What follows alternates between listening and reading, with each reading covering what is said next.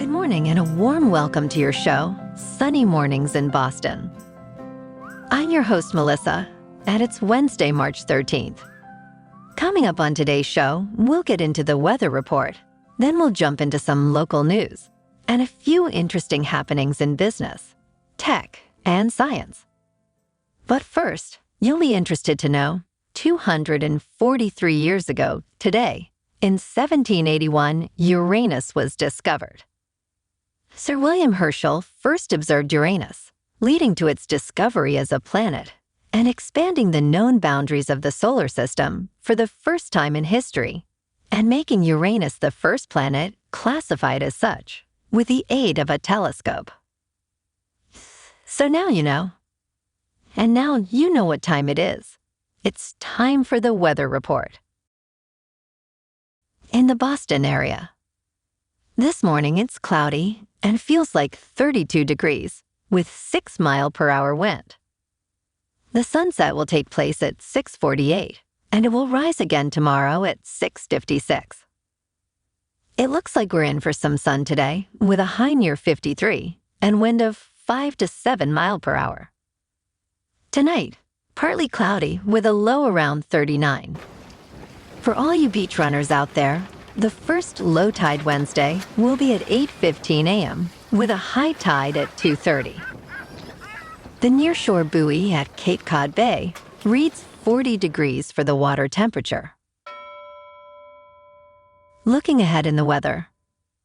Thursday will be partly sunny with a high near 57 degrees, shifting to southwest wind. Nighttime brings a slight change of showers, escalating to likely showers Friday night, with lows around 42 degrees. Showers might continue through the weekend, with mostly cloudy skies, and highs ranging from 48 to 54 degrees. Bonjour, food enthusiasts. This podcast is brought to you by Versailles Cafe and Pastries in Encinitas. Nestled on El Camino Real South, just north of Encinitas Boulevard, this cafe is a haven for culinary delights. Indulge in their amazing Eggs Benedict or their gluten-free crepes. You can grab a panini for lunch or just breeze on through to get your morning coffee. They are open every day from 8 to 5. So stop on by and don't forget to tell them Sunny Morning sent you. In local news, the Biden administration is set to allocate $335 million towards the I-90 Alston project in Massachusetts. This funding aims to reconnect the Alston and Brighton neighborhoods in Boston, fostering community unity. The project, estimated at $2 billion, seeks to straighten and lower the Massachusetts Turnpike to ground level. It promises to improve north-south connections and access to the Charles River, enhancing local connectivity. With this federal boost, the project must accelerate to meet a September 30th, 2026 obligation deadline. The funding plan includes contributions from the City of Boston, Harvard, and Boston University, totaling an additional $300 million. Construction is planned to start in 2027 with funding from state bonds, loans, toll funds, and the millionaire tax. This grant is part of the Neighborhood Access and Equity Grant Program, focusing on improving transportation access and walkability. This federal support marks a significant victory for the project, reflecting a collaborative effort to enhance community connectivity.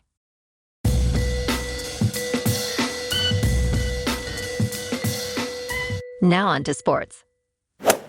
The Alpharetta Sports and Entertainment Group, led by Anson Carter, has officially requested the NHL to consider an expansion process for bringing a new franchise to the Atlanta area, aiming for the city's third NHL team. Atlanta has a history with the NHL, having been home to the Flames from 1972 to 1980, and the Thrashers from 1999 to 2011, with both teams eventually relocating. The proposed team would play in a new arena designed by Frank Gehry, part of a larger development at the North Point Mall site in Alpharetta. Carter, who has been in talks with Commissioner Gary Bettman since 2019, believes that the NHL will thrive upon its return to Metro Atlanta. Carter's group isn't the only one interested in bringing the hockey back to Atlanta, with Vernon Kraus proposing a new arena in Forsyth County for a potential team. While the NHL has not prioritized expansion beyond its current 32 teams, interest from cities like Atlanta, Utah, and Houston suggests a growing appetite for new franchises. Last night, the Celtics were in Utah taking on the Jazz and beat them easily, 123-107. Jason Tatum scored 38 points. And tonight, the Bruins are on the road to face off against the Canadiens. In top news, avocados, often hailed as nutrition's superstar, pack a significant health punch with their rich nutritional profile. Their nutritional benefits extend to a wide array of vitamins, minerals, and other nutrients, including a substantial amount of dietary fiber, potassium, magnesium, B vitamins, vitamin E, and carotenoids. Research highlights avocados' potential in improving gut health, thanks to their high fiber content, which nurtures the gut's beneficial bacteria and produces health-supporting short-chain fatty acids. Studies suggest incorporating avocados into a daily diet may aid in maintaining healthy weight, leveraging their fiber to promote satiety and possibly prevent weight gain. The fruit's nutrient composition also positions it as a heart health ally, with evidence linking avocado consumption to reduced risks of cardiovascular diseases, courtesy of their potassium, magnesium, and healthy fats. Beyond physical health, avocados might bolster brain function with compounds like lutein, potentially crossing the blood-brain barrier to enhance cognitive abilities and protect against cognitive decline. Avocados offer more than just a creamy texture and rich flavor. They're a powerhouse of essential nutrients that can support gut health, heart health, weight management, and cognitive function. In business news, China's ambitious efforts to stabilize its stock market inadvertently challenged the nation's burgeoning quant fund industry, revealing the complex interplay between algorithmic trading strategies and governmental policies. Quantitative funds, which had thrived by leveraging complex statistical models to navigate market dynamics, found themselves at a crossroads when the Chinese government intervened to halt a market slump. Despite their previous successes, these funds overlooked a crucial variable: the unpredictable nature of government actions, which became a significant blind spot.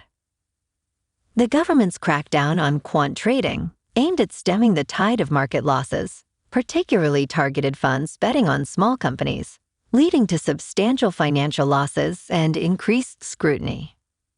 In response to a prolonged downturn, China's government implemented measures to boost the market, inadvertently sidelining micro and small-cap stocks and putting quant funds in a precarious position.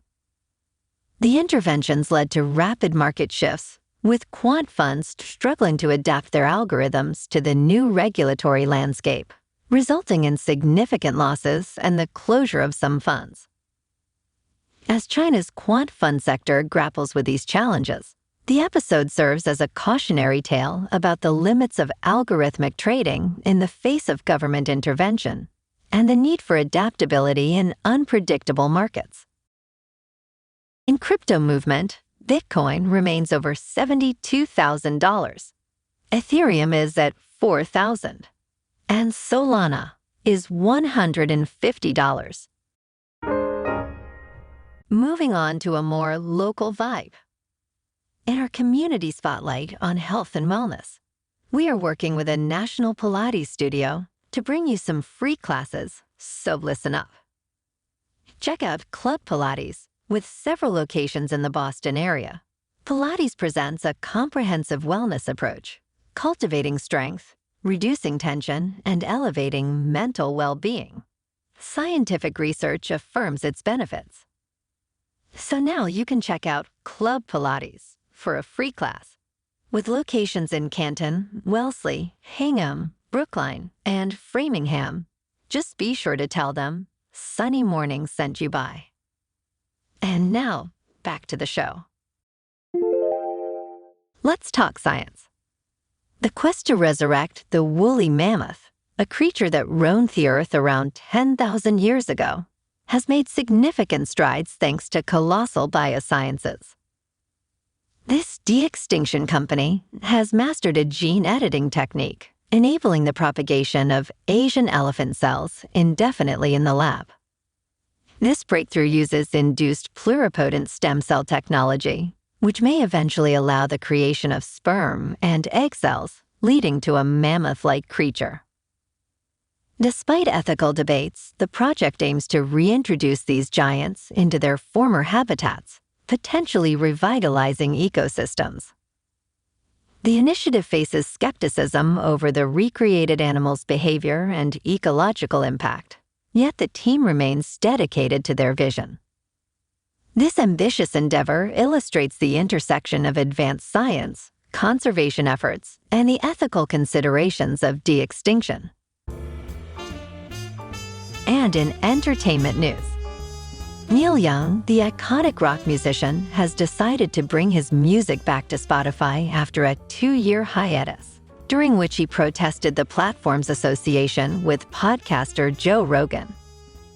Young initially pulled his music in opposition to Spotify's exclusive deal with Rogan, citing concerns over COVID-19 misinformation spread through the podcast.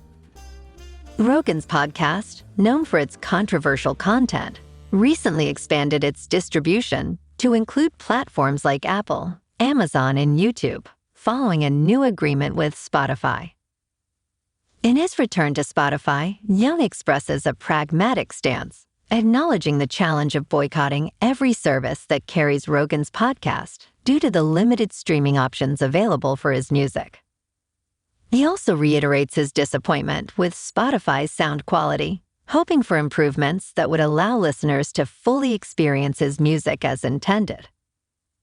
This move highlights the complexities artists face in balancing their principles with a desire to reach their audience in the digital age.